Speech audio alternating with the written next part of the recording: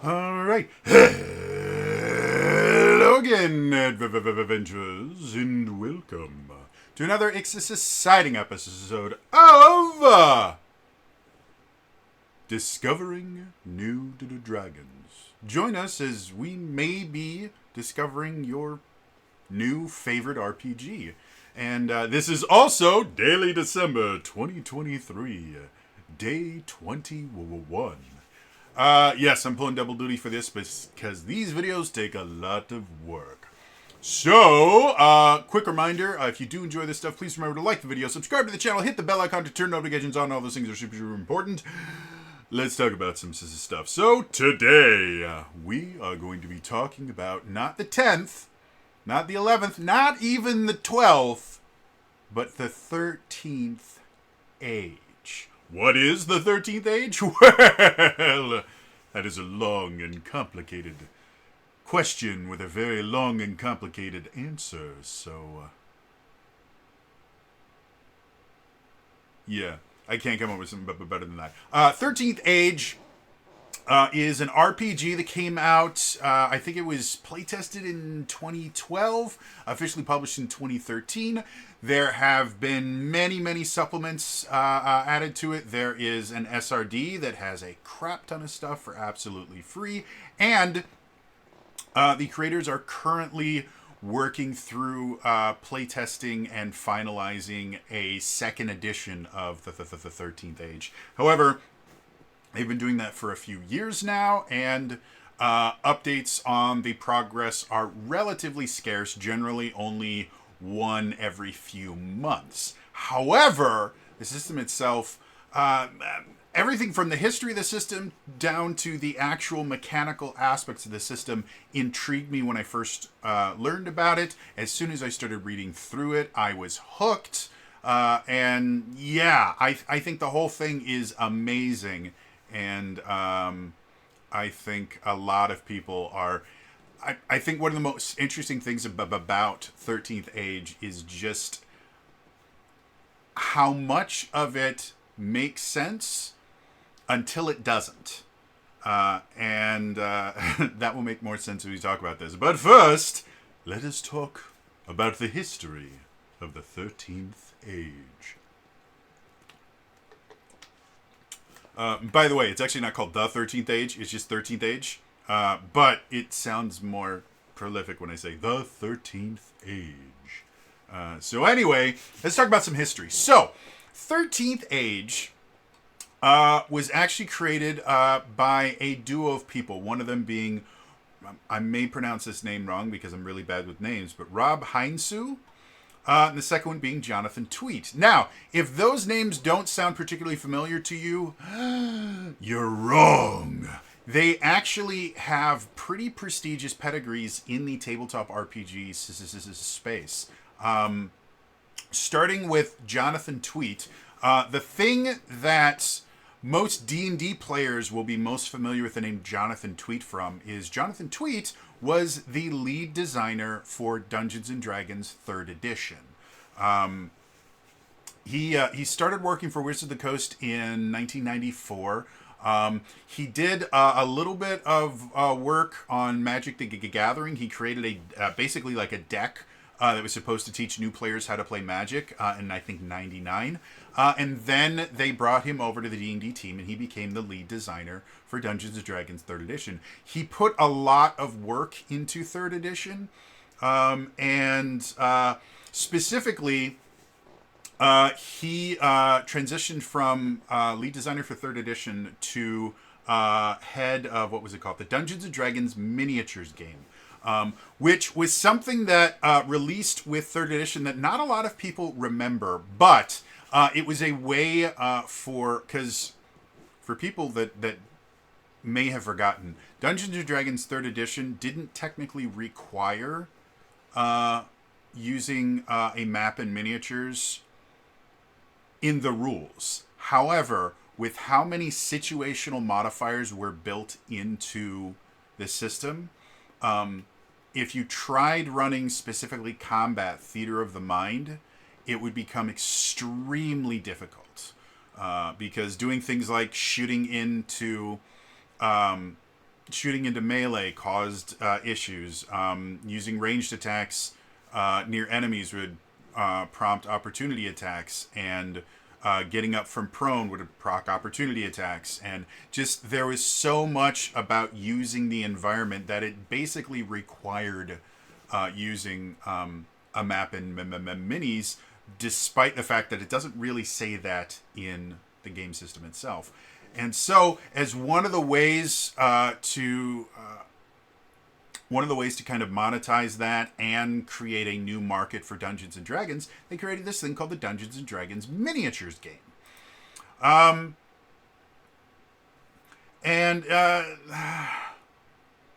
I never played the miniatures game, but it had a lot in common with, like, it had, I don't think they really were like gotcha mechanics, but it was designed to basically be kind of a combat simulator type thing.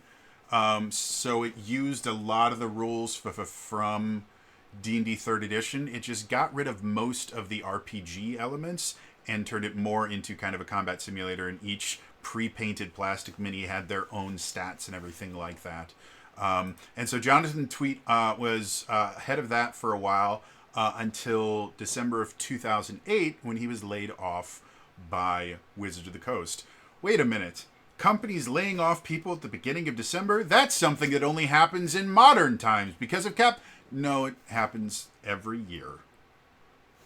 Sorry, that's how it works. So that was the end of his time at Wizards of the Coast. But a few years later, he would start getting involved with another Wizards of the Coast alumni named Rob Heinsu. So Rob Heinsu joined Wizards of the Coast in, what was it?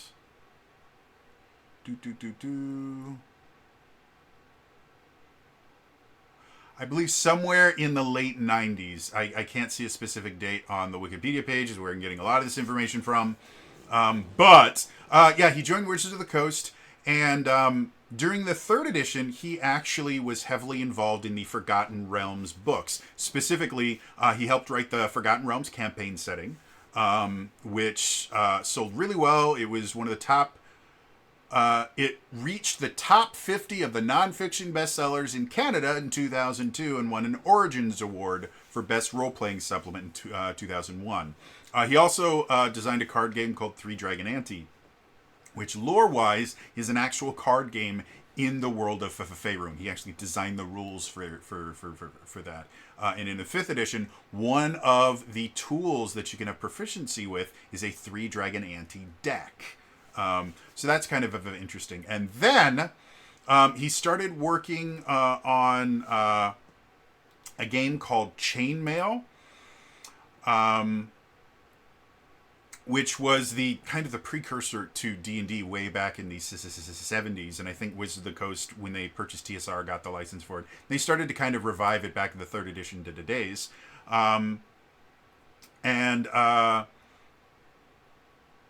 He also worked on the Dungeons & Dragons miniature games, the thing that Jonathan Tweet was the lead of for a bit.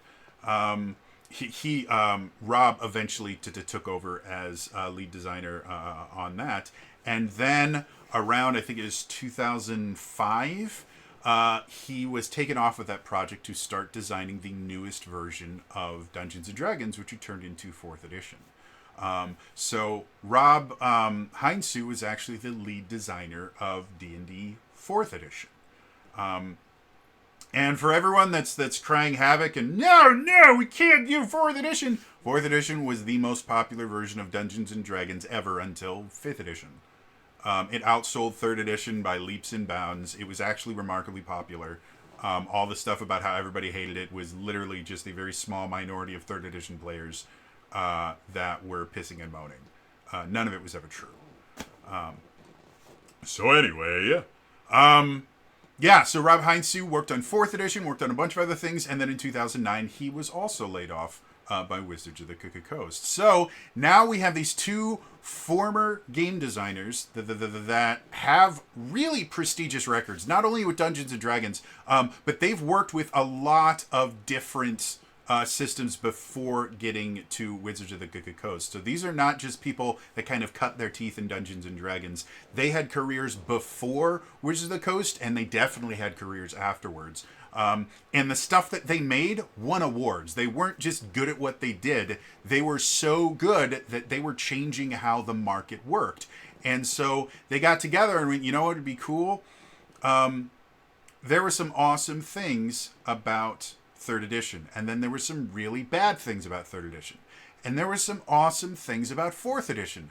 And then there were some really bad things about 4th edition. So what if we ditched all the bad stuff from 3rd and 4th edition and just took the good stuff and kind of put that together and turned that into a game? And thus was the 13th Age born. Again, 13th Age started sometime after 2009. I haven't been able to find specifics about when Rob and Rob and Jonathan got together and actually started doing it. But by Gen Con 2012, they had their first playtest package that they brought to Gen Con to the 2012, and people started playing it, and it was really, really popular. So popular that they actually went to Kickstarter and kickstarted their first supplement called 13 True Ways before 13th Age was even published. And 13 True Ways was very popular, made its funding goal. Then again in August 2022, they announced basically 2nd edition, which they call Escalation Edition. And they were planning on running a Kickstarter in early 2023. I don't know if that ever happened, but I do know they have been working and playtesting various aspects of the Escalation Edition, which we will talk about why Escalation is so important. But yeah, I mean, that's really where 13th Age came from. It was two prolific game designers that had worked for the largest tabletop RPG company in the world, did really, really well there, and then got laid off and decided, hey, we don't need them to make our own thing. And that's what 13th Age is. So let's move on from real world history and let's talk about the lore. So 13th Age, compared to, I would say both D&D, actually, compared to every version of Dungeons & Dragons, lore is somewhat important in Dungeons & Dragons, but even in systems where there's a default setting, like 5th edition, the default setting is Forgotten Realms. 4th edition was the Nentir Vale, which was created specifically for 4th edition. 3rd edition kind of flip-flopped between Eberron and Forgotten Realms. Forgotten Realms have been real popular for a long time. But even in those situations, the lore is still secondary because they intend you to be able to play in your own world and things like that. So while the core book will reference things like the Forgotten Realms, they will never outright tie any aspects of the game directly to aspects of a campaign setting. 13th Age is a little bit different in the fact that one of the defining features of the game is your character's relationship with major icons in the lore of the campaign, and they do have a default setting for this called the Dragon Empire. However, you are encouraged to kind of create your own version, but one of the things that's absolutely essential is your world has to have these things called icons. Icons are these super powerful beings that exist in the world, and in the Dragon Empire, there are, I'm going to count before I do the wrong thing. 1, 2, 3, 4, 4, 5, 6, 7, 8, 9, 10, 11, 12.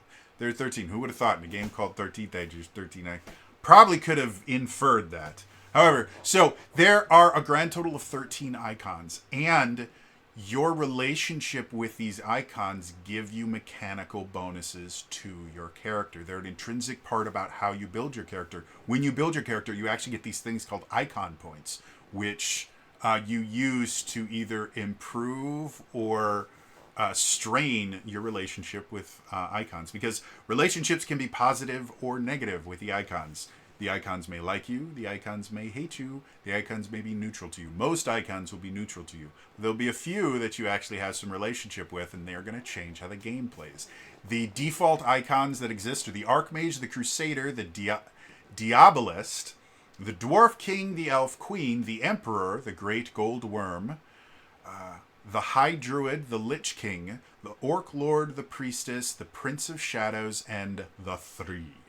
Now, if you are used to Dungeons & Dragons Forgotten Realms stuff, you're going to recognize a few of these icons as very similar to things that you remember.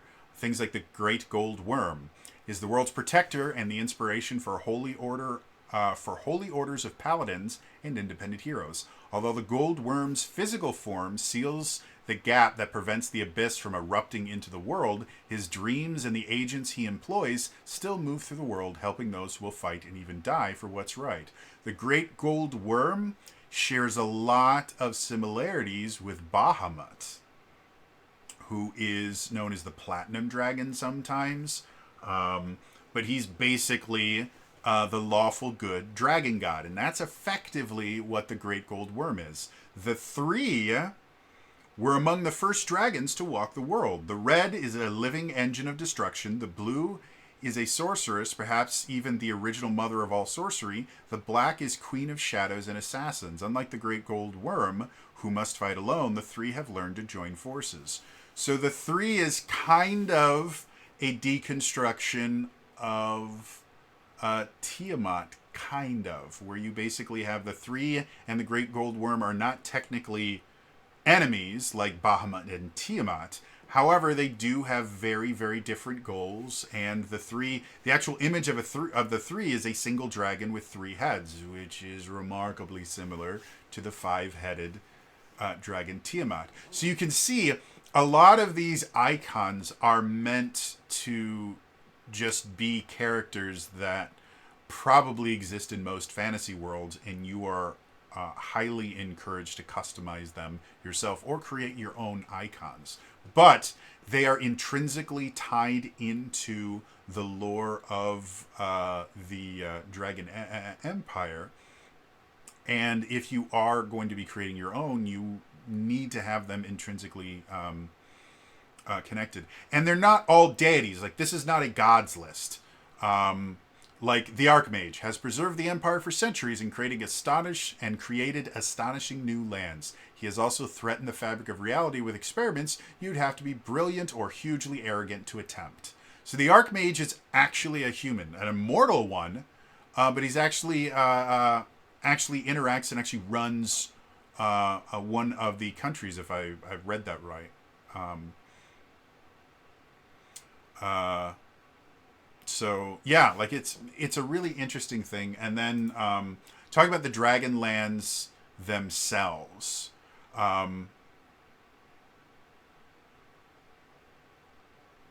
is basically their kind of default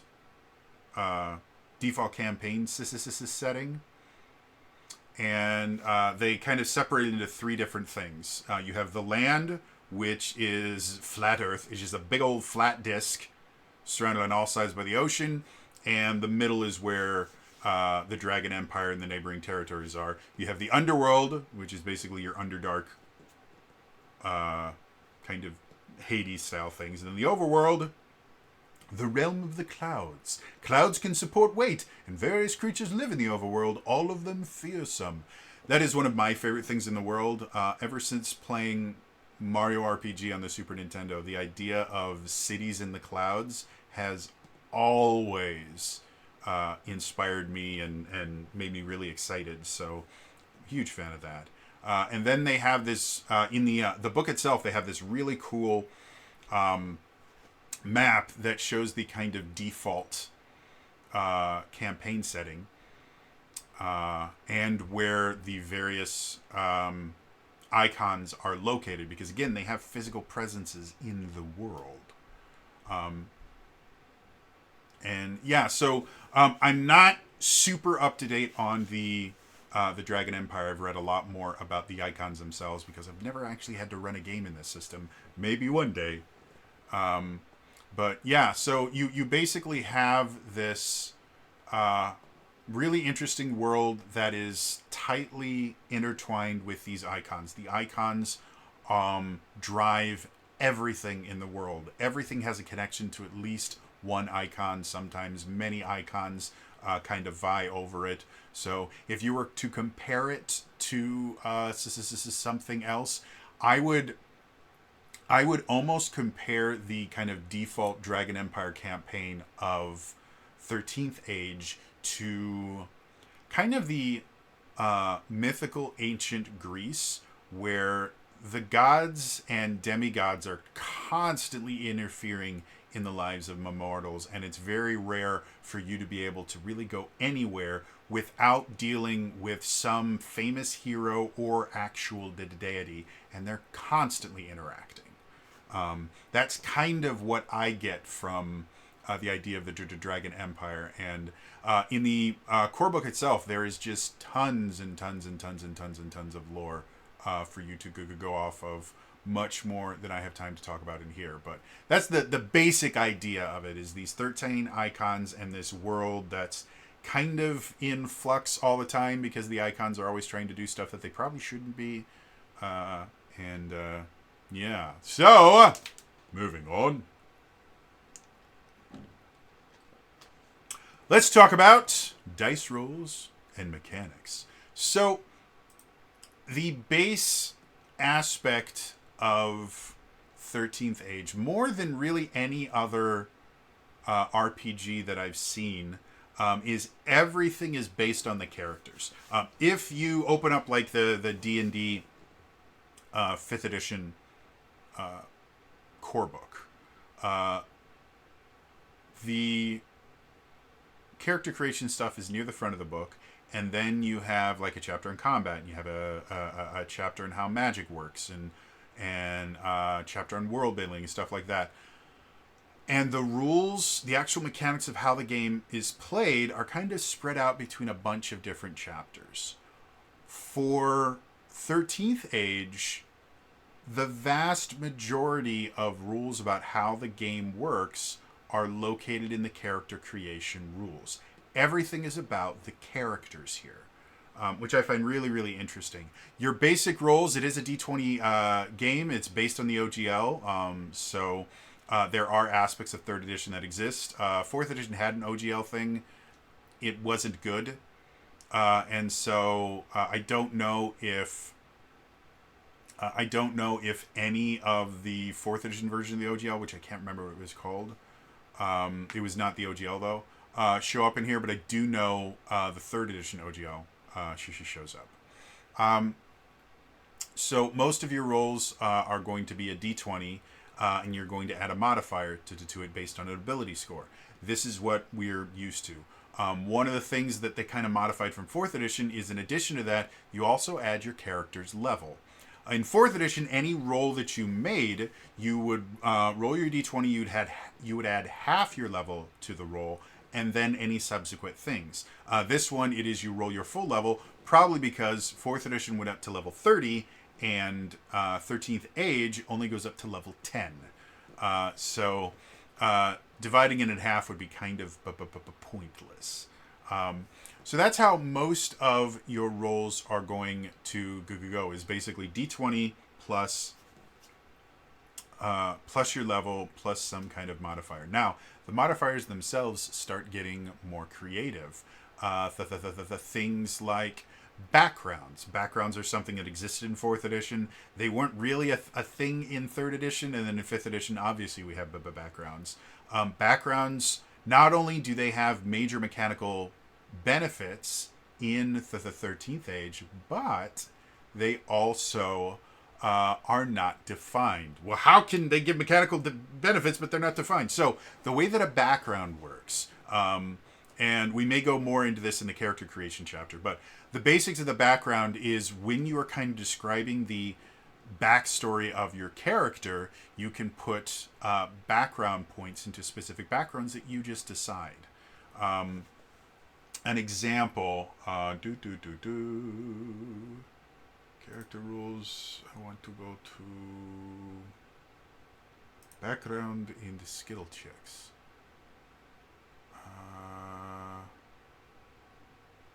They have a really good. Okay, so here,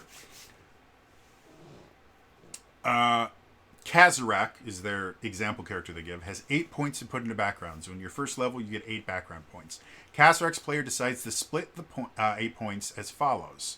And in order to understand this, I'm going to read you, which I should have read you first, I'm going to read you the description of it. So Kazarak, the half-orc wizard, grew up in the wild mountains north of Axis and trained as an assassin in the service of the Three before breaking free of his master's hold and making his way into the service of the Emperor. So as you can see, we already have a connection to one of the icons, the Three. And we've kind of figured out who this was. He was an assassin, he was a wizard. So, again, Kazarak has 8 points to put into his backgrounds. He splits them up in the following ways. Imperial Mage, he puts 4 points in. Tooth of the Black Fang, which is assassin training in the service of the Black Worm, it's +3. And then Wild Mountain Tribe, +1. So what that means, when you roll a skill check, the DM will generally ask you for a d20 roll plus a ability modifier. Like, if you're trying to pick a lock, let's say, he'd ask for a dexterity roll. So d20 plus dexterity. Now, the way that skills work in this game is they are based on your backgrounds, and you can just name whatever background you want. In this particular instance, this character decided that he was an Imperial Mage, so he put +4. In Tooth of the Black Flame, he was an assassin training in the service of the Black Worm. He put 3 points into that. In this specific instance, if he was trying to pick a lock, well, as an assassin, he probably had to get into places that he couldn't, so picking a lock would probably be something that an assassin would learn how to do. So he's going to use his assassin background as part of this roll. So he would roll the d20, he would add his dex modifier, and then he would add +3 because he has 3 points in Tooth of the Black Fang. Now, if he wanted to say, I'm an Imperial Mage, and that means I can pick locks, he would have to come up with a reason, well, why is being an Imperial Mage give you the ability to pick locks? So you're not going to be able to just choose whatever you want, and the maximum amount of points you can put into any particular background is going to be +5. So bare minimum, when you're choosing your backgrounds points, when you're creating your character, you need at least 2, and you theoretically could have up to 8 different backgrounds. And they're all based on the idea of, well, what did your character do before becoming an adventurer? Just like any other background in other versions of D&D or in other RPGs. But it really allows you to kind of customize it. There is no set skill list. There is no set background list. It is entirely based on, well, what is your backstory? So lore and backstory has significant mechanical benefits for your characters. And you can eventually take feats and things like that that either give you more background points or modify how your backgrounds work. But your skill system in 13th Age is entirely based around your backgrounds and generally will not have anything to do with your class other than a few classes like giving additional background points and things like that, which is really, really interesting. And so, for the most part, the mechanics of the game, as you level up, everything just gets bigger. If you're using weapons, anytime you make an attack with a weapon, every weapon is going to have a damage die. Like a longsword might be a D8. When you make an attack, you roll the number of weapon damage dice equal to your character level. So a level 1 fighter, let's say, swinging a longsword is going to do a 1d8 plus a modifier, probably their strength, to make their attack roll. A fourth lever, that same fighter at fourth level is going to make their, and that's damage rolls, not attack. Attack is still d20. But their damage roll is going to be 4d8 plus their modifier.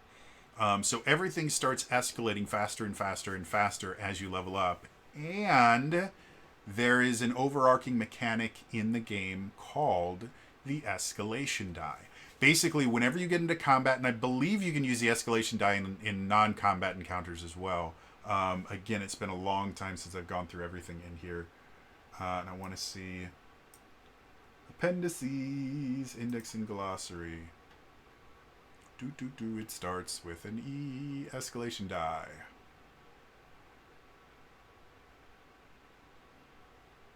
So I guess, yeah, the escalation die, I'm going to go to 162 before I say the wrong thing. I swear I studied all this. There's just a lot here. Escalation die. So,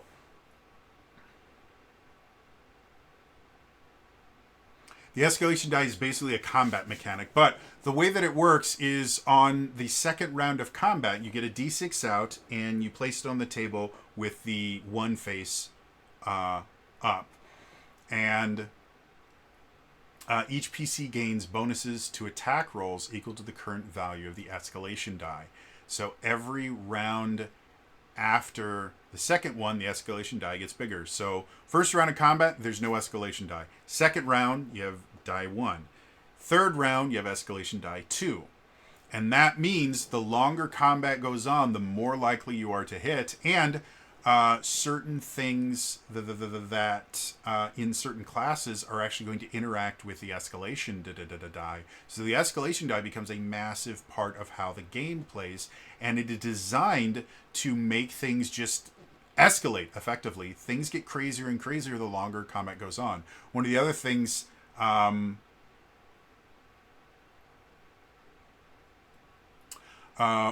one of the other things is, for the most part, the escalation die only applies to the characters. Monsters in combat normally won't get access to bonuses from the escalation die, other than really powerful ones will be able to use aspects of the escalation die. So that's another thing that kind of changes things. If the bad guy that you're fighting suddenly starts getting more powerful as the escalation die gets bigger, you suddenly realize this is not a normal enemy. This is something really, really big.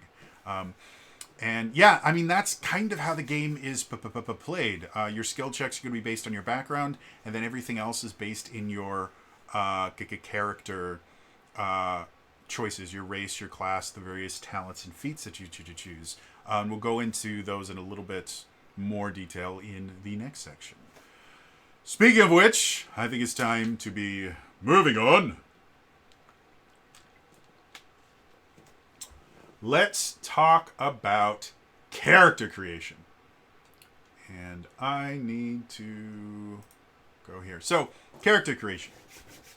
Character creation follows a similar format to most fantasy-based RPGs. You're going to choose a race. You're going to choose a class. You're going to generate ability scores. And then you will have various combat statistics that are based on those ability scores. However, there are two things that... and then obviously you need your backgrounds. But there are two things that are kind of unique to 13th Age when you're building a character. The first one is your icon relationships. You have to define your character's relationship with 1 to 3 icons. I want to go here. So at first level, each character gets 3 relationship points. And your relationship with various icons actually has mechanical benefits. The relationship mechanic lets you roll a d6 per point invested in a relationship when you're trying to leverage your connection to that icon. And basically, again, it's based on how you interact with them and how they interact with you. A negative relationship can still have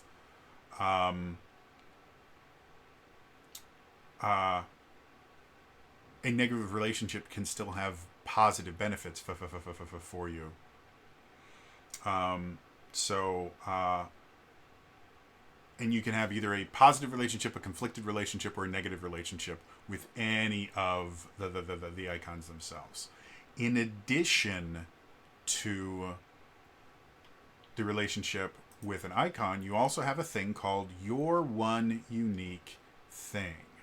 And this is probably the thing that I find the most interesting. And we've seen it in a couple other indie RPGs where they really want the players to have something unique about them.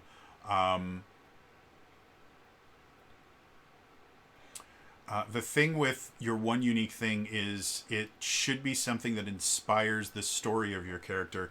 It's not so much a mechanical benefit as a role-playing benefit. And some examples that they give in here. Again, there's no list of one unique thing. It is, by definition, unique. It should be something you come up with. But here is some examples. I am a deathless pirate whose soul is trapped in a gem controlled by the blue dragon.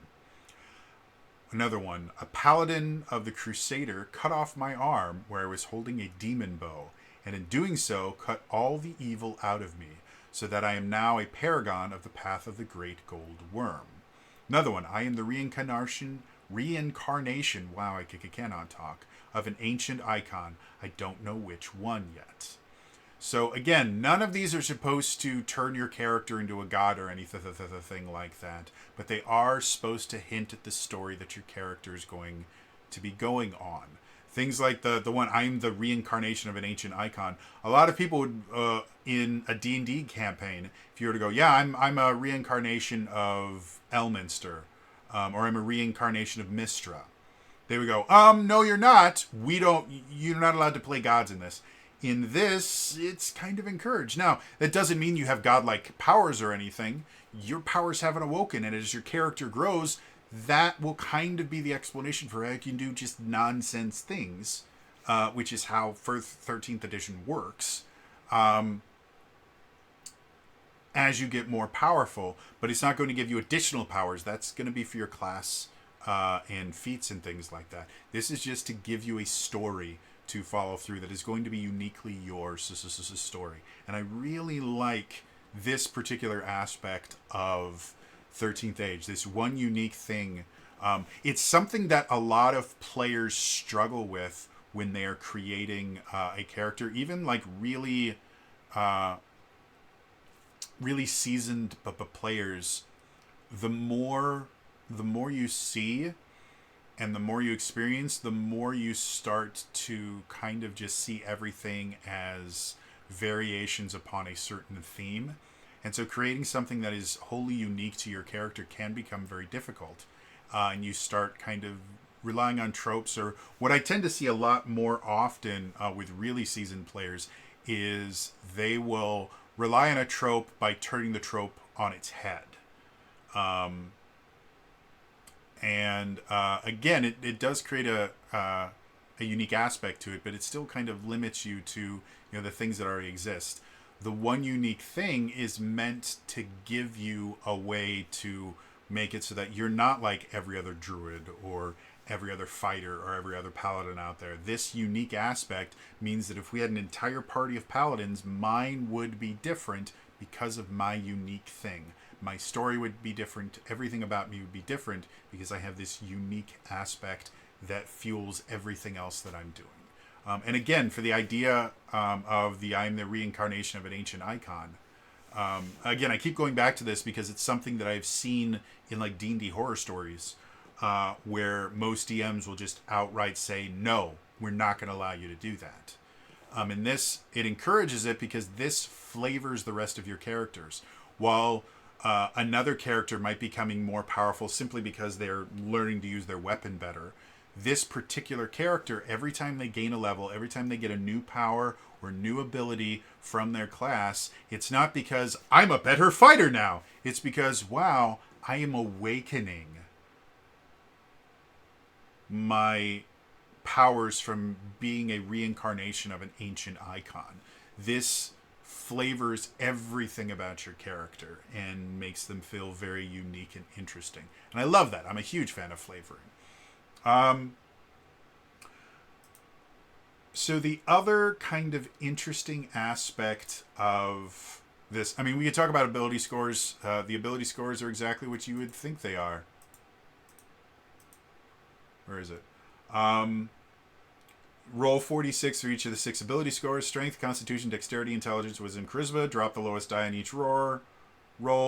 You can use point by, and the numbers are exactly what you would think that it would be. 8 to 9 is -1. 10, 11 is 0. 12, 13 is +1, +2, +3, +4.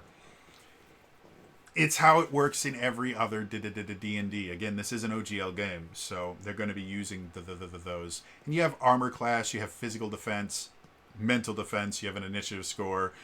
You also have recoveries and recovery dice, which is something that's kind of modified from 4th edition. 4th edition, you had your healing surges, and they were specifically a quarter of your hit points.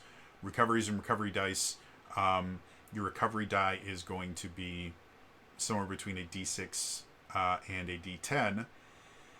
And then you have a limited number of recoveries you can do in a day. So those are kind of like your hit dice. However, when you roll a recovery, you roll a number of recovery dice equal to your level and add your Constitution modifier. So like everything else, it's based on your level. So as you get higher up, your recoveries become more powerful, because you have more hit points and you need them to be more powerful. So again, it's something that 4th edition did really, really well, and then 5th edition threw away.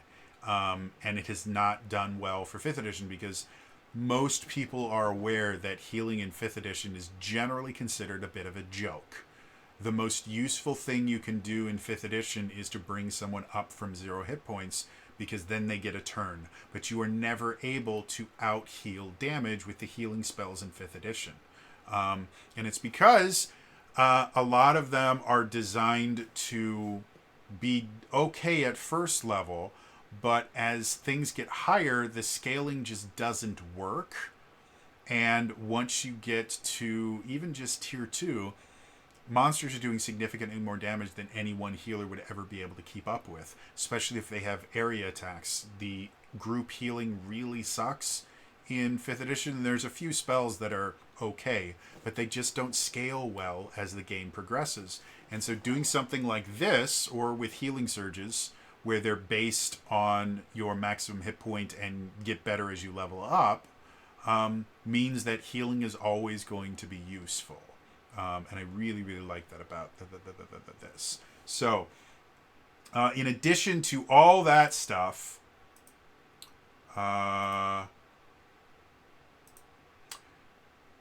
when you choose your race, when we'll start with races, you will get racial powers that are built in. And then when you're looking at it, you will also see this little text that is outlined in like a lavender. Or not outlined, it has a lavender background on it, where it says champion feat. If the escalation die is 2+, when you use That's Your Best Shot, the recovery is free. So That's Your Best Shot is the racial power for dwarves. And the champion feat means whenever you get a feat, you're going to have all these different powers and talents and things like that built into your character, and listed underneath them, there will be feats that are specifically meant to improve those abilities. So whenever you get a feat, you can choose to use it to improve any of the abilities that you already have, or they have some kind of generic feats that you can take as well. but it means that unlike the third edition and fourth edition version of feats, where feats are, their own separate thing and your powers are completely separate, feats are intended to be ways for you to specialize in certain aspects of your character. So again, even if you have an entire party that uses the same class, which would get a little boring quick, because while there's a lot of variation, there's not unlimited variation in 13th Age. Just by choosing different talents and different powers, and then using your feats in different ways, the characters are going to play massively different. One of the other kind of unique things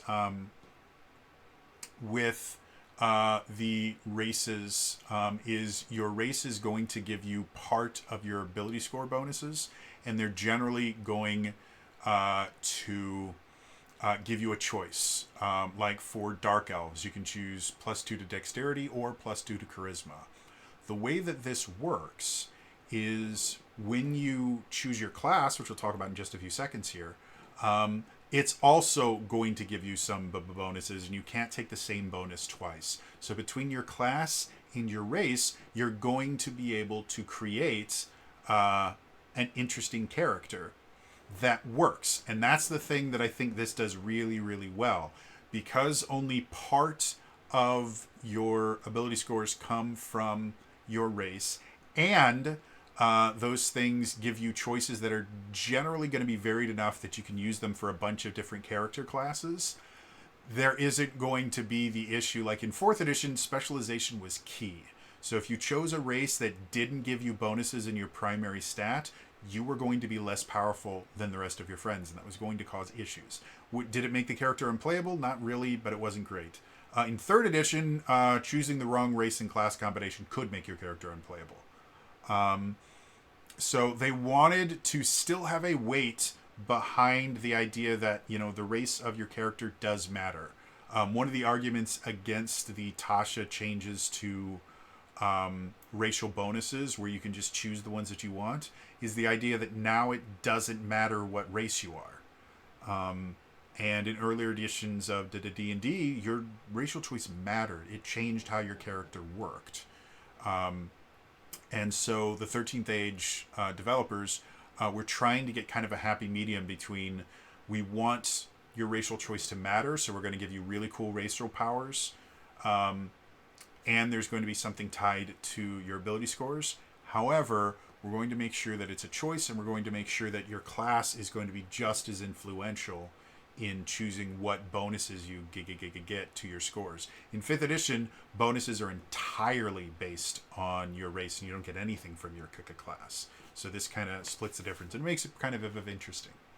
Going to the classes themselves, in the core book, you have Barbarian, Paladin, Fighter, Cleric, Sorcerer, Rogue, Bard, and Wizard. And the thing that 13th Age does really, really well, that 5th edition class design, when I was taught 5th edition class design by someone that actually not only still playtests, I believe, stuff for Wizards of the Coast, is one of their official NDA playtesters. Because they had worked so often with the class designers, they got kind of a primer on how class design works. And when I was first creating the Dragon Knight, I had them playtest it for me and give me some feedback. And the idea behind 5th edition class design is every class is designed to be unique right from level 1, which is not something that previous versions of D&D would do. In 1st edition, there were so few classes that there wasn't a huge amount of change, but spellcasters worked like spellcasters, and weapon-based units worked like weapon-based. We into 2nd and 3rd edition, until you got to about level 3 or level 5 in 2nd and 3rd edition, all martials worked the same way. You might be using a different weapon, but in combat it was, I move up to the bad guy and I swing my weapon, and that was it. Or maybe I throw my weapon or shoot my weapon at them. And then casters were basically the same thing, where I cast my 1 or 2 spells for the day and then I sit on my ass and hope I don't get crit. It was really boring at low levels to do that. In 4th edition, every class was completely unique. right from level 1 due to powers and due to the fact that each one had specific mechanics that were unique to the class. 5th edition, they moved away from that slightly, but they still wanted to have something that made every class feel different and unique. And that's why a paladin at level 1 feels very different than a fighter at level 1, feels very different than a ranger at level 1. In 13th Age, they take that idea and run with it. The classes don't just play differently. The classes have unique mechanics that will change how the game is played. The fighter, for example, most people when they think of D&D classes, if you want kind of a brain turn off, me hit things, you choose a fighter. In 5th edition, you would choose a fighter and eventually go champion fighter because it's remarkably simple to play. You find something to attack, you attack it, and most of the benefits from the champion fighter are passive. It's easier to crit, you can do things more often, stuff like that. The fighter in 13th Age uses a mechanic they designed for the system called flexible attacks. The way a flexible attack works is the first thing you do is you roll an attack roll. If it hits, then you get to choose which attack it is. That's the flexible aspect of it. You don't have to choose your attack beforehand. You sit there, you go, okay, I'm going to attack this person. I make my attack. Oh, good, I've hit. Now I have a list of different attacks that I can do that all have different things that they do based on the situation. So the fighter, almost every single aspect of the fighter class is built around giving you more options for flexible attacks. Now, the fighter is not the only character that uses flexible attacks, but different characters use it differently. The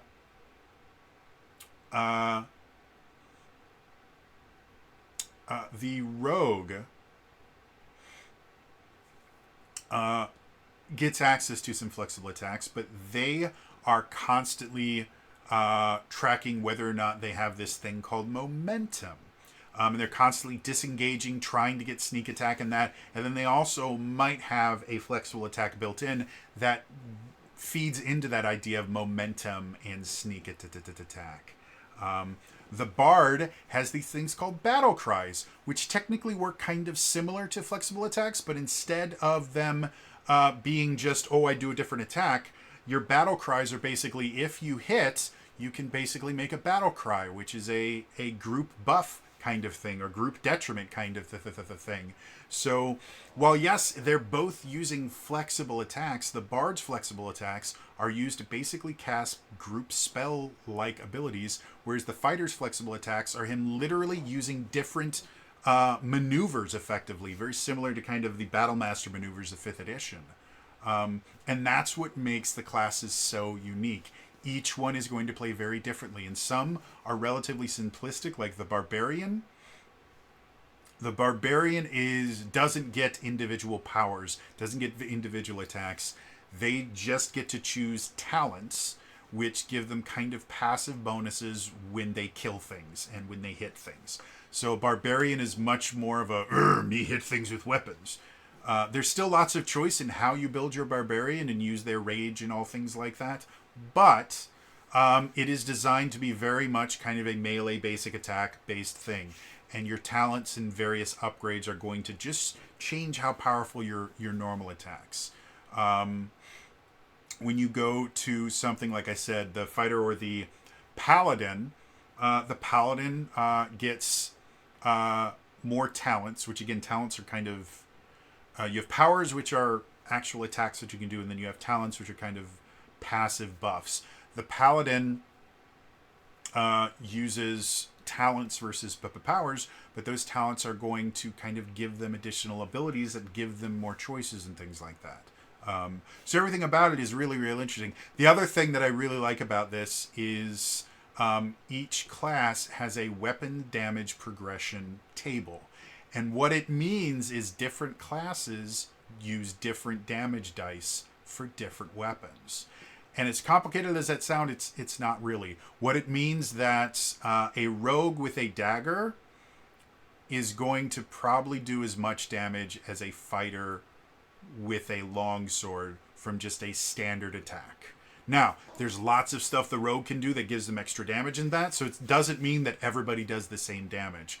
But it means that if you're rogue, which makes sense, like rogues use daggers, and it's never been much fun to roll a d4 and then 70,000 sneak attacks dice. I mean, that's really fun.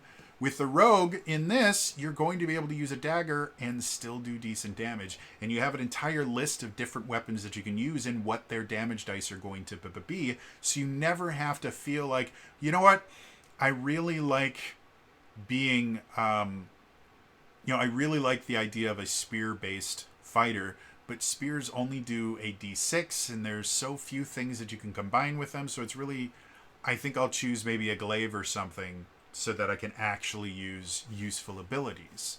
No, this, pick the weapon type you want. You're going to have a good damage die if your character can use it, or if your class can use it. And again, it's going to get more and more powerful every time you level up. Now, 13 True Ways, like I said, was an expansion. They had a bunch of new classes, including my personal favorite, the Monk. And the monks are so cool in 13th Age. They have forms, which are basically, you do an attack, and then the next turn you can do the second form of that attack, and the third turn you can do the third form of that attack. Which I've mentioned before, they had something kind of like that in Pathfinder 2nd Edition, and I don't think it worked super, super well. This one, I haven't played at the table, but they give you so many options and so many ways to use it that, to me, it feels like it works pretty well. I haven't actually played it yet, but I think they did it relatively right here. And it might have been what Pathfinder 2nd Edition was mimicking when they created their form stance system, I guess, for the monk in there, that I don't believe worked very well at all. Yeah, overall, just really, really interesting kind of characters stuff. And the one thing that annoys me a little bit about the core book is reading it and understanding how to level up your character is remarkably difficult, because they will talk about certain aspects in like 3 or 4 different places in the book, and each place will describe different parts of the same process, and you need to know all 3 parts to be able to do the process, but they're hundreds of pages apart. And so the thing like creating a casting character is remarkably confusing to me, because here.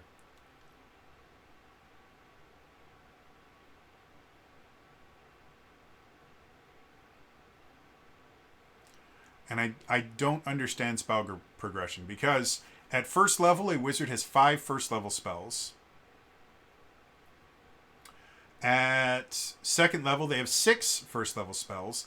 At 3rd level, they have 3 first level spells and 4 3rd level spells. Because you have 1st level, 3rd level, 5th level, 7th level, and 9th level spells. They don't do the weird thing where the spell level and your character level don't coincide. They're all the same now. So between level 2 and level 3, either you forget 3 first level spells and learn 3 3rd level spells, or somehow 3 of your first level spells get upgraded to the 3rd level versions, and you learn 1 new 3rd level spell. It's not really explained in the wizard area. Like the wizard the wizard class actually has a thing that says spell progression. It says, as with other spellcasters, your new spells at higher levels can be upgraded versions of the spells you learned at lower levels. Quite often they'll need to be, since we aren't making you choose all new spells as you rise in level. But it doesn't explain how you get more spells. Nowhere in here does it explain exactly how you do that. And again, they do have it somewhere. I just haven't fucking figured it out.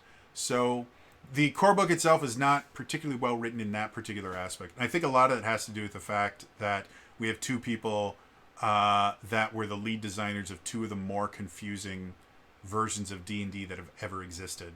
3rd edition is by far the most confusing version of D&D that has ever existed.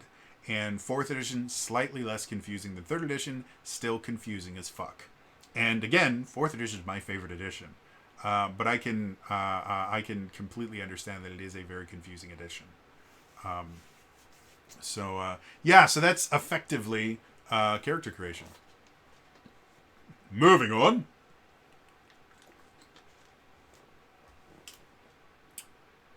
I think it's time for us to talk about monsters. Something that they bring into this,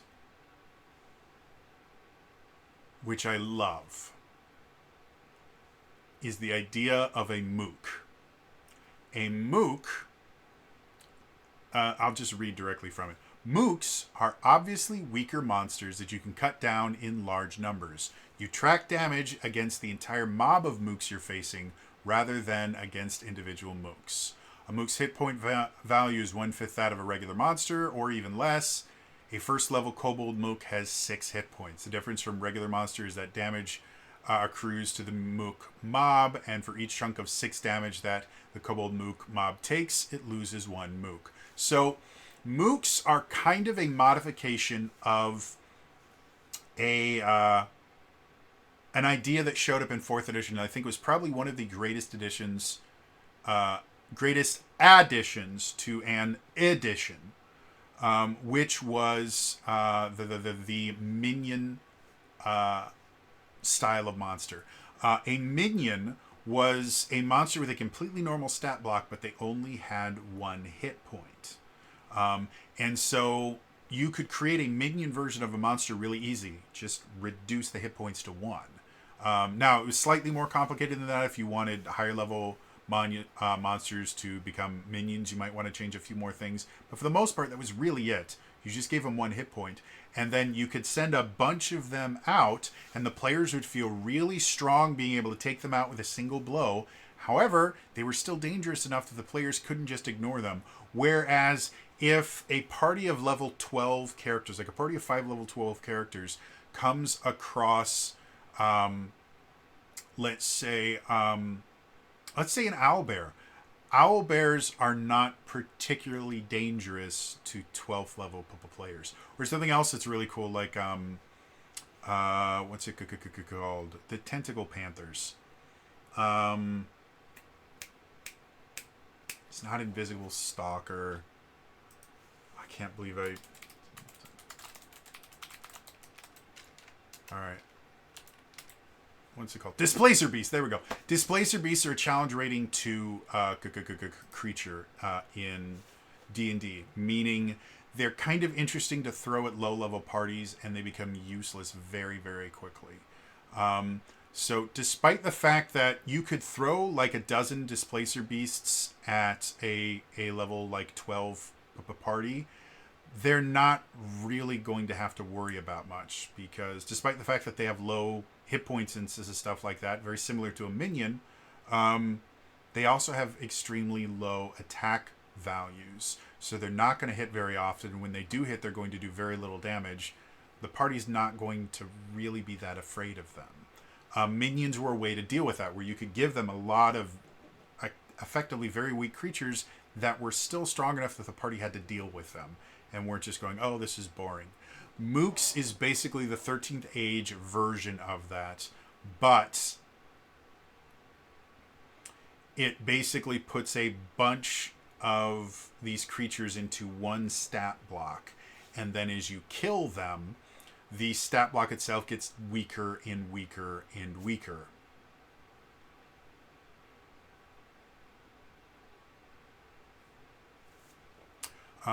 But it's still kind of that same idea of you have powerful,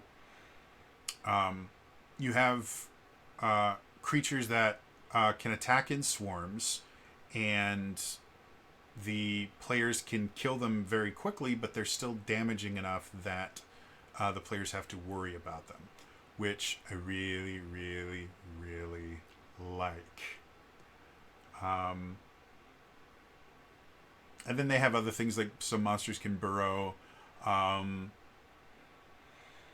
And some monsters get things called death attacks, which is basically when you kill them, they do something bad. There are aspects, there are creatures that have, when you reduce them to 0 hit points, they do something. But there isn't an official term in 5th edition. It's just something that can show up on some monsters and is never really defined. Whereas death attack is an actual aspect of monsters that sometimes happen. And then they also have last gasp saves. Which is basically kind of like death rolls, but for monsters. I'm trying to see. Oh, and then all the monsters, very similar to 4th edition, all the monsters have levels, and that means that effectively,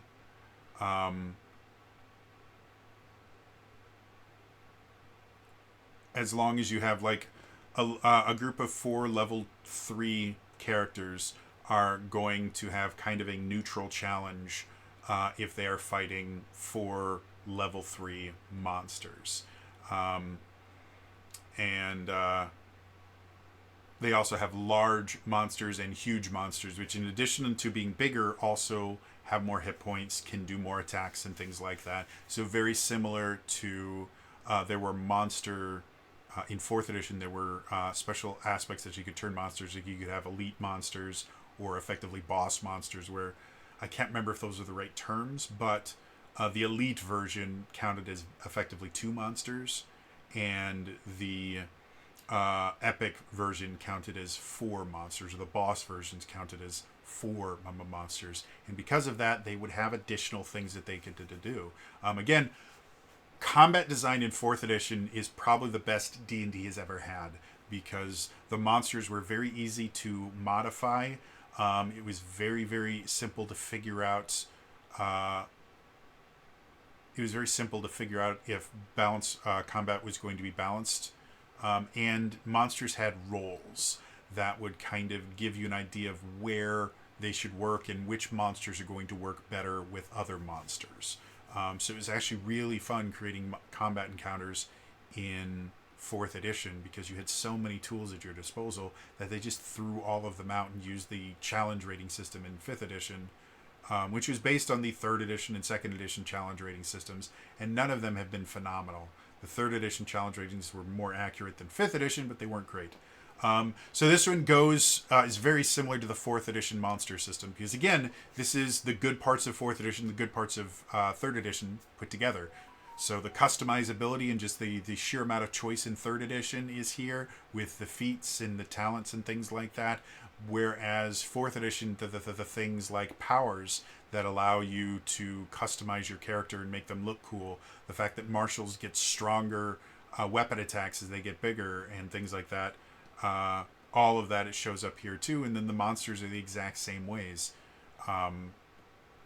And they have roles too. You have blockers and wreckers and casters and troops and spoilers. And yeah, so all of it really, really good, great stuff. And the stat blocks themselves are not remarkably difficult to figure out at all. Like, they have bullets. So a bullet, if you're not familiar with bullet, it's a traditional D&D monster. They're basically land sharks. They swim through the ground. And they're covered in like metal armor almost. So in 13th Age, the bullet is a large 5th level wrecker, which is a beast, and it has the beast type. It has an initiative of +7, and it has a basic attack called Giant Claws. It's +12 versus AC, but it attacks twice. 15 damage, dual hit if both claws hit during the same turn.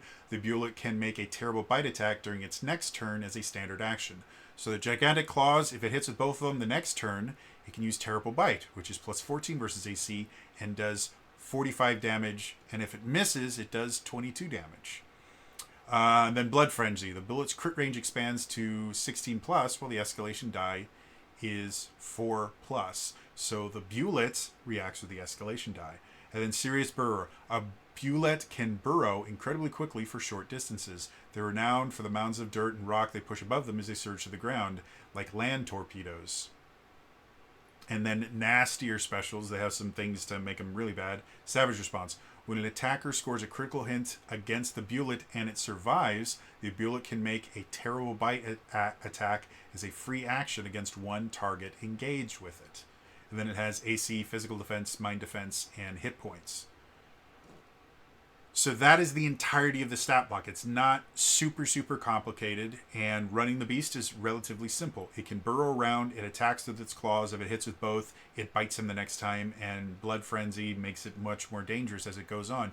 You don't need particularly complex multi-stage battles and things like that, because due to the escalation dice, most battles are over relatively quickly.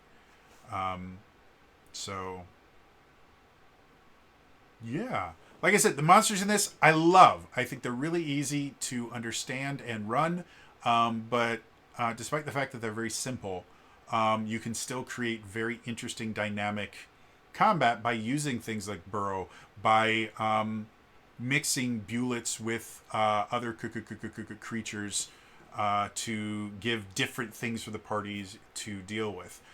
Very little of 5th edition combat design is going to involve the kind of mixture of monsters that you have. Like a lot of times in 5th edition, it's generally easier to just put a bunch of the same or very similar monsters together, and then the interesting aspects of combat will come from the arena that you're in, the story that you're trying to tell, and stuff like this. This, just by adding a couple different creatures that just act very differently, you can create a very different feeling for a combat encounter that, again, with the escalation die, means things just get more and more hectic as things go on. So, yeah, moving on.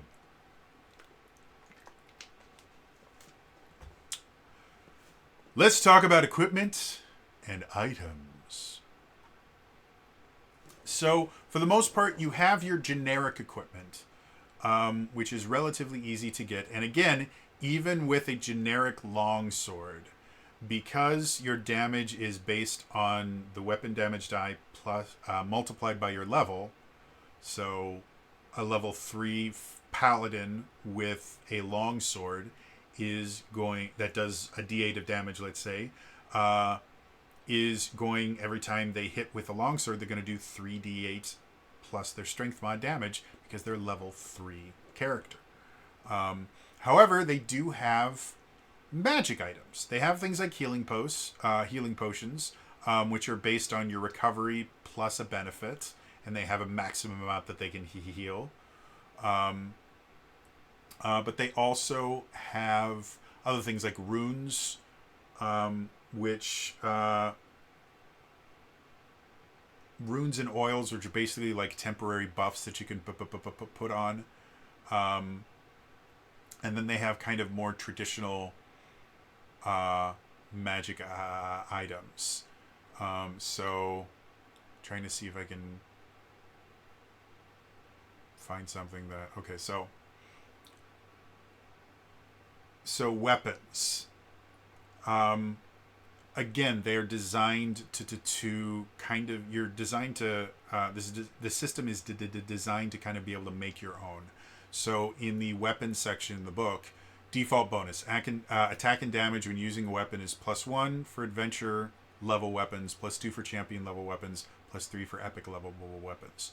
So if you wanted to make just a generic magic weapon, start off with, give it a +1, +2, or +3, and then you can have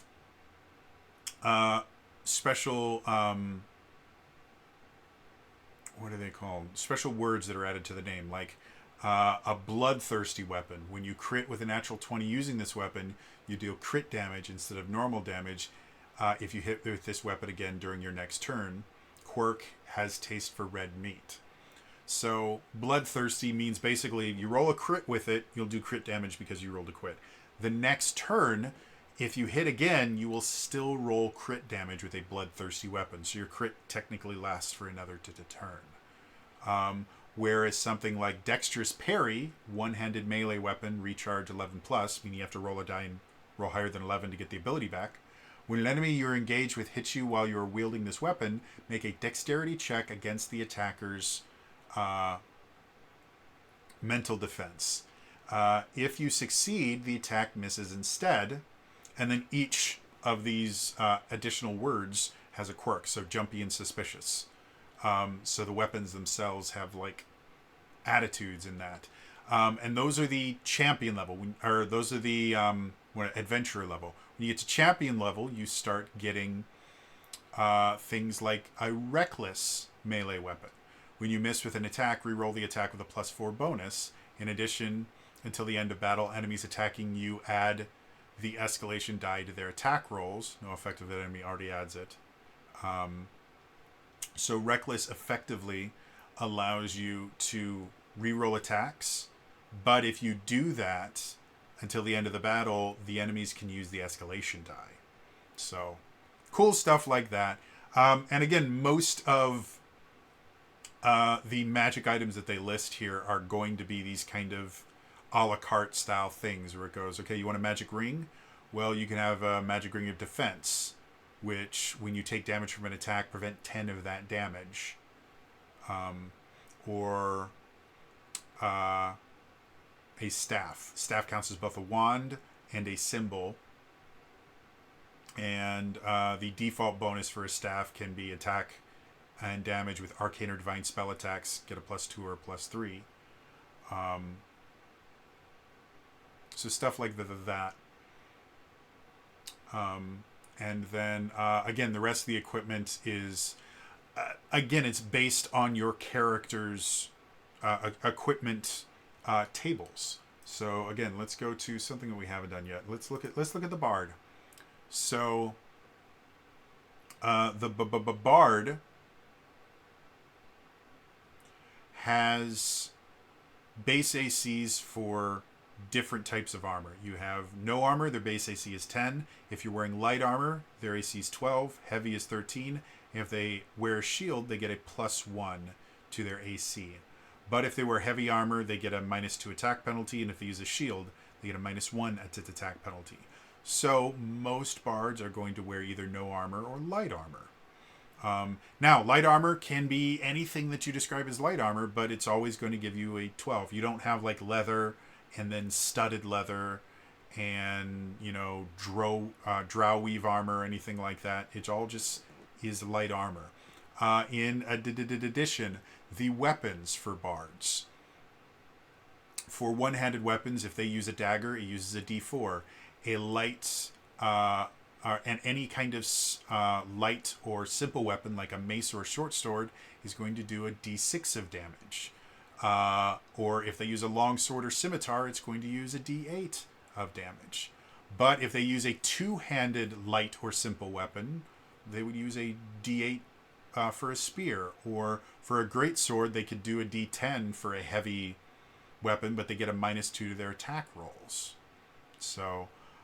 yeah, they just, again, each different class does different things. If we go to the rogue and we go to theirs, rogue for their small weapons, the dagger, does a d8 of damage for them. But the two-handed version of a small weapon, a two-handed club, will only do a d6 of damage because they're not designed to do that. A short sword or a wicked knife would still do a d8 for a light weapon.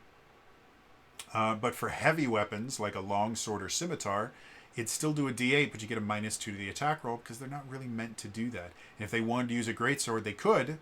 It would do a d10 of damage, but they'd still get a -2 to attack rolls because they're not really designed to use greatswords. So that's kind of how all of this stuff works, is you'll look at your weapon table and find out what are going to be it, and you have one-handed and two-handed weapons, and then small, light, or simple, and then heavy or martial. So those are the choices you have, is either one-handed or two-handed, and then whether it's small, light, or heavy. So yeah. And that's basically how equipment works, is you just kind of choose the stuff that you will want and go with it. Armor as well, like for a fighter, their AC is, none is 10. If they're wearing light armor, their base AC is 13. If they're wearing heavy armor, their base AC is 15, and there's no drawbacks to them wearing heavy armor or shields. Whereas other classes that aren't allowed, aren't supposed to, they can wear that, but they get detriments to their attack rolls. So, very simple system where everything is just kind of classified as light, heavy, shield for armor, and then small, light, or heavy weapons, and whether they're one-handed or two-handed. And your class is going to basically define exactly how much damage you do with any of those weapons. So, yeah, so that's really equipment and items. Moving on. So, running this game. Running it in and of itself is going to require understanding that a 13th Age game is designed to be a little bit quicker pace than like your standard D&D game. The current campaigns that I'm running right now, one has been running I think for 3 or 4 years, another one is going on 6 or 7. And these are not typical run times for D&D games, for D&D campaigns, but most D&D campaigns don't actually end. They fizzle out, which is why most players will only play for 6 months to a year in a campaign, and just it'll never end because everybody runs out. But for an actual campaign that has an actual start point and then an actual end point, generally playing anywhere between about a year and a half to like 3 or 4 years for a single campaign is not unheard of, depending on how often you play and how regularly you play and for how long you play. 13 Age just really isn't designed for 5-6 year long campaigns. There's only 10 levels. Combat in and of itself is designed to run much faster. They've streamlined a lot of the rules so you can just kind of get to the game.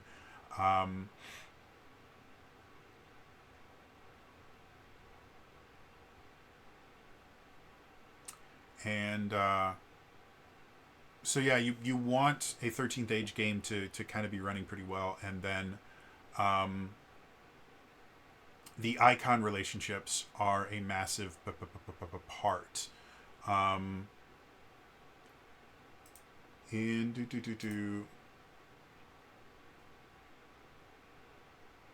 Before I say the wrong thing, I'm actually just looking this over again.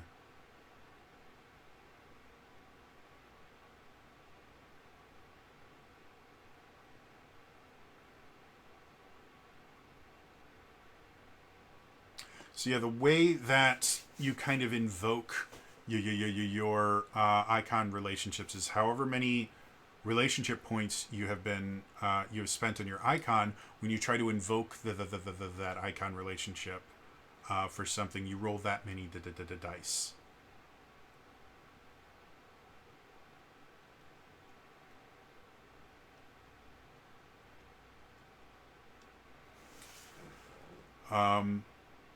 So as a GM, you want to make sure that you are using those icon relationships, because they're a massive part, and especially when characters are rolling high on those, they should have a major impact in how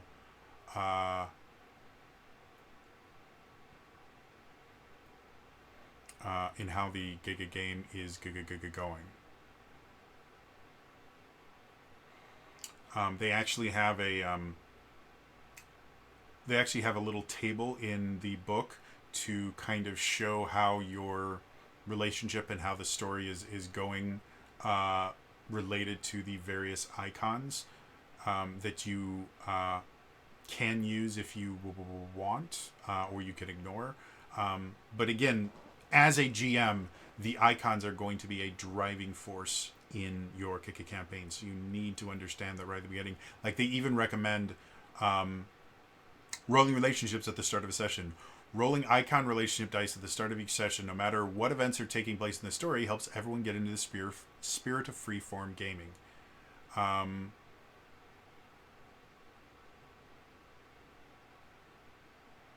All players roll their PC's icon relationship dice at the start of each session, and everybody sees the results. By the end of the session, each 5 or 6 should contribute to the story somehow, either at the GM's or the player's initiatives. GM uses the results to think ahead about which icons come to the fore this session. Players use the results to start thinking about how their icon relationships might manifest in this story. So right at the beginning, everybody rolls their icon relationship to the dice, and everybody kind of gets the idea of the ones that roll 5 or 6s. It goes, oh, looks like the Great Gold Worm is going to have something happen in this session. So everything is kind of built, or not everything, but a large part of the game is built around these icon relationships, which as a dungeon master can seem both kind of freeing and limiting at the exact same time. It's nice to have some kind of structure to help your improvisation go in a certain direction, but some people may feel that very limiting. It's like, well, my story right now, I wasn't planning, like, we're dealing with the Archmage right now. I wasn't planning on dealing with anything with that one. So it is kind of a GM intuition style thing, but the intention is allow the relationships to kind of lead the story in interesting ways. And it doesn't always have to come from the GM, just like they said here. Players should be thinking about how they might invoke it. So it doesn't have to entirely be on the GM's shoulders for that.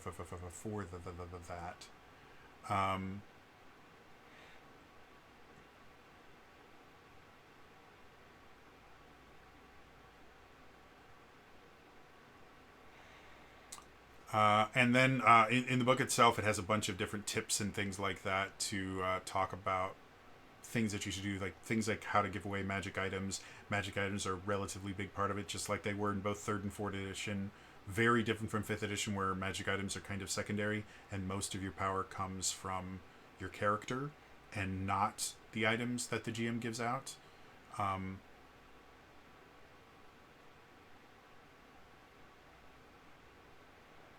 yeah, like I said, I mean, running 13th Age is going to feel very, very similar to running a 3rd or 4th edition D&D game with a few kind of hang-ups. The icons are probably the biggest thing, but everything else is going to be kind of regular D&D stuff, you know. They have tips on how to build combat encounters and tips on skill check DCs based on the various tiers and impromptu damage and traps and stuff like that that you can put in. But for the most part, it's very much your kind of standard Dungeons and Dragons DMing experience. You know, have some encounters, you know, pre-made to pull out if you need to, or make something on the fly. Have a few magic items in your back pocket for when they find something cool, and kind of go with what the party is doing.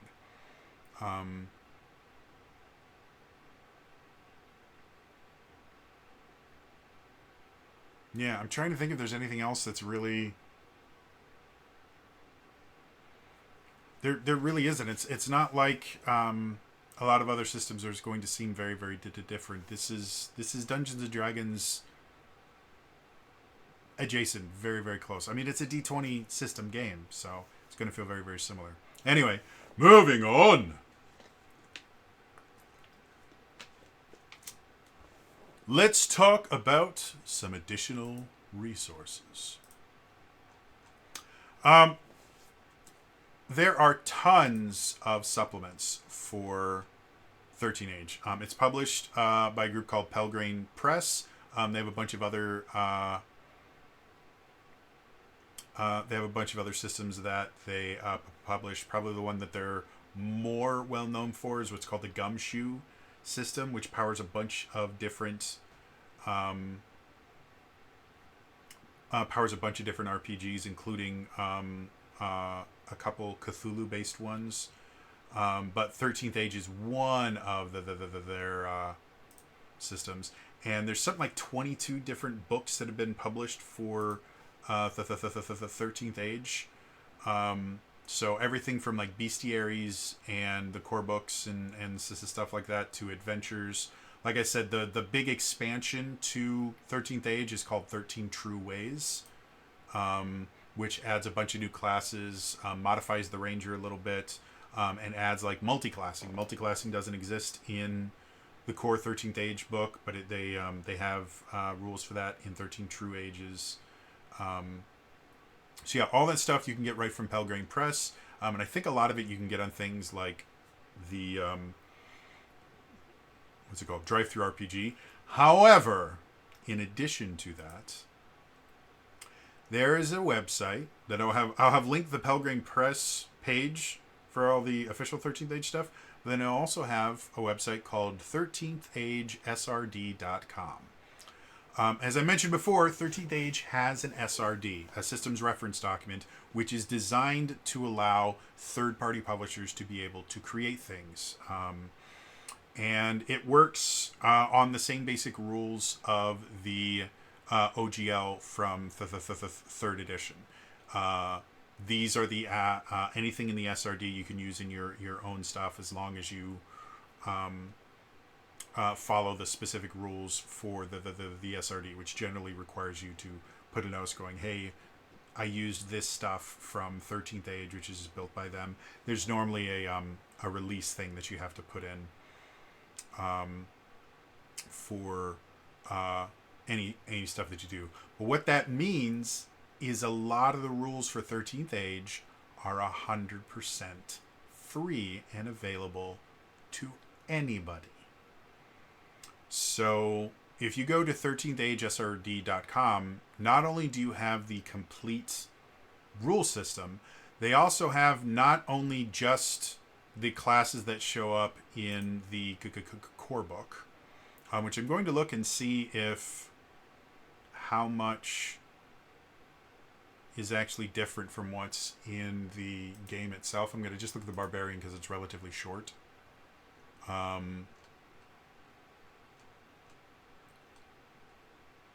So a lot of the kind of lore and stuff, like for the Barbarian in the 13th Age book, the first thing it starts with is overview, play style, ability scores, races, backgrounds, icons. It has a lot more stuff. All that stuff is missing in here other than the ability scores. It tells you you can choose either strength or constitution as long as it is in the same ability score you increased with your +2 racial bonus. And then like the level progression is still there. The stats are still there. I want to look at the class features just to see how many things are the same. So Barbarian Rage, Adventure Teal talents are Barbarian Cleave, Barbarian Frenzy, Slayer, Strongheart, Unstoppable, Whirlwind, Champion, Natural.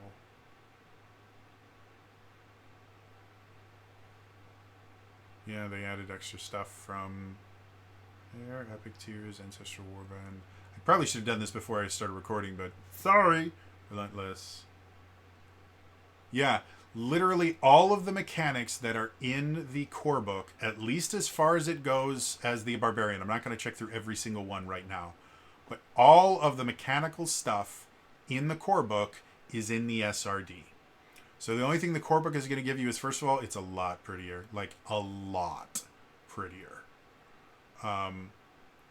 And it has some extra fluff and lore stuff to make it easier to deal with. But the actual how to use the class is all there.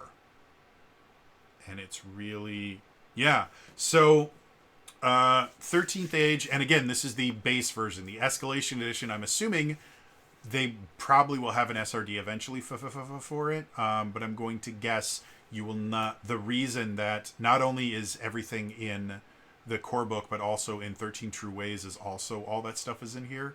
I'm going to assume that the reason all that stuff is in here is because they're coming up with a new edition, and they're probably not really planning on selling the old edition that often when they get the new one. Now, this is, again, just mechanics. It's not going to give you any adventures. I believe they've got monsters and stuff in here. But if you want adventures, like, they do have a starter adventure in the core book called, what's it called again? Blood and Lightning, which is always really nice. I like having introductory adventures in your core book because it's just really, really useful. and gives you a good idea of how you should be running the game.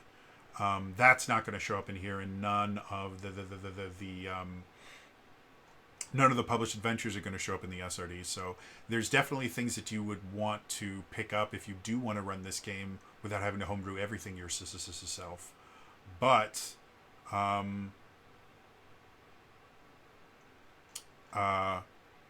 there's a lot there for free, and that, to me, that is one of my favorite things about 13th Age, is just how open they are to giving away most of the system itself for the fans to be able to create amazing stuff. And there's a lot of third-party published 13th Age stuff. Nowhere near what you're going to find for like D&D, but still a lot of really, really good, great stuff. And again, the SRD is there. You can play this entire game for free. And that, to me, is always a good thing. So, yeah. Otherwise, moving on to final thoughts. Overall, I love 13th Age. As I've mentioned many times before, 4th edition is my favorite version of Dungeons and Dragons, because everything about it is extra. You feel powerful at level 1. The characters that you create are unique and interesting. The choices that you make feel like they matter. You never pick a power in 4th edition that doesn't change how the game works, how your character works. Every single power feels useful, which, compared to earlier editions like 3rd and 2nd and even 1st, a lot of times these little piecemeal bonuses really didn't change that much. Oh, I have a +3 instead of a +2. Hooray! 13th Age keeps all of that cool stuff. It leaves some of the customizability and complexity from 3rd edition without using the needlessly complex aspects of 3rd edition, especially 3.5, where there was a rule for everything and there were 17 different interactions for every single combat encounter, and all of that bloat is taken out, and they just have the kind of hyper customizability that people claim is exclusive to 3rd edition. It's not. And yeah, so I really like that they were able to find kind of the best of both worlds and create this really interesting, engaging game. I'm extremely excited to see the Escalation Edition when it finally comes out. I don't know when it's going to come out, because again, we haven't been getting a ton of updates. But I try to keep up as much as I can, and they are talking about playtesting things fairly regularly on one of the creators' blogs, which is remarkably difficult to find, but if you look hard enough, you can find it. Yeah, overall, like, I love this game. I think it's amazing. I can't wait to build characters in it, and I hope you guys are interested in it as well. Otherwise, that is going to be all for me today. As always, please remember to like the video, subscribe to the channel, hit the bell icon to turn notifications on. All those things are super important in the comments down below. What is your favorite kind of over-the-top power fantasy style character? I don't care if it's in a tabletop RPG or in a video game or whatever. Just a time when you've created a character that just was the ultimate power fantasy, where you just felt super powerful. Let me know in the comments down below. Otherwise, again, that is all for me today. I will see you guys next time. All right? Bye-bye.